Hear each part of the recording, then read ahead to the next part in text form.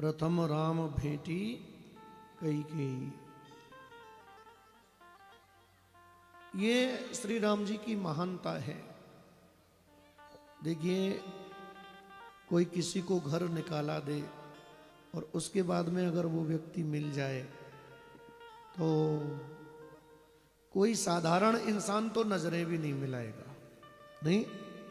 लेकिन राम जी प्रथम राम भेटी कैकेयी, सबसे पहले जाकर के कैकेयी से मिले हैं। हालांकि ये सारा दोष कैकेयी के ऊपर मढ़ा हुआ है। देवताओं की नजरों में कैकेयी का बड़ा सम्मान है। कारण क्योंकि कैकेयी ने देवताओं की बिगड़ी बात को संवार लिया। अब एक व्यक्ति सबके लिए तो अच्छा नहीं हो सकता है, कुछ लोगों के लिए अच्छा होता है तो कुछ लोगों के लिए बुरा होता है। क्यों जी? सारी चीजें सबके लिए अनुकूल हों ऐसा दुनिया में आज तक हुआ नहीं है।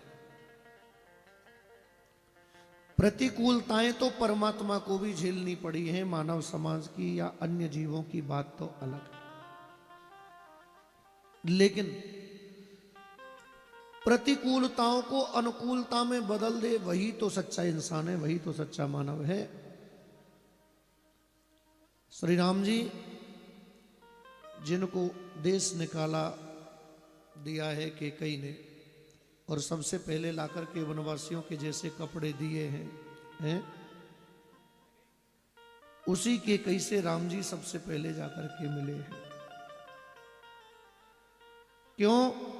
क्योंकि इस बात को राम जी जाने और कैकेयी जाने। अगर देखा जाए तो राम के ऊपर बड़ा उपकार किया है कैकेयी ने, क्योंकि राम अयोध्या में रहते तो राम ही रहते, लेकिन 14 वर्ष के वनवास ने ही उनको मर्यादा पुरुषोत्तम राम बनाया है।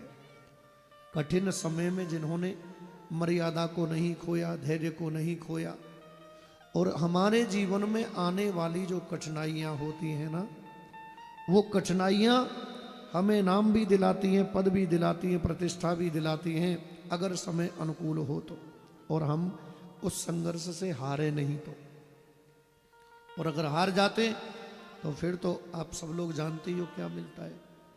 लेकिन इस दुनिया के तूफानों को झेल करके भी जो खड़ा हुआ है वो सबसे बड़ा महान है। आपने देखा होगा सड़कों के किनारे, रोडों के किनारे बहुत लंबे लंबे पेड़ खड़े रहते हैं सफेदा के, हैं? कितनी तगड़ी तगड़ी आंधियां चलती हैं, लेकिन वो गिरते नहीं है, क्योंकि वो झुक जाते हैं, है कि नहीं? और वहीं छोटे छोटे वृक्ष जो अकड़ में खड़े रहते हैं, तो वो उस आंधी और तूफान में उखड़ करके दूर जा पड़ते हैं। वो सफेदे का पेड़ झुकता है तभी वो आगे बढ़ता भी है।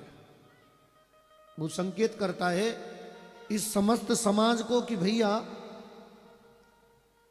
जब भी कभी झुकना पड़े तो झुक जाना चाहिए।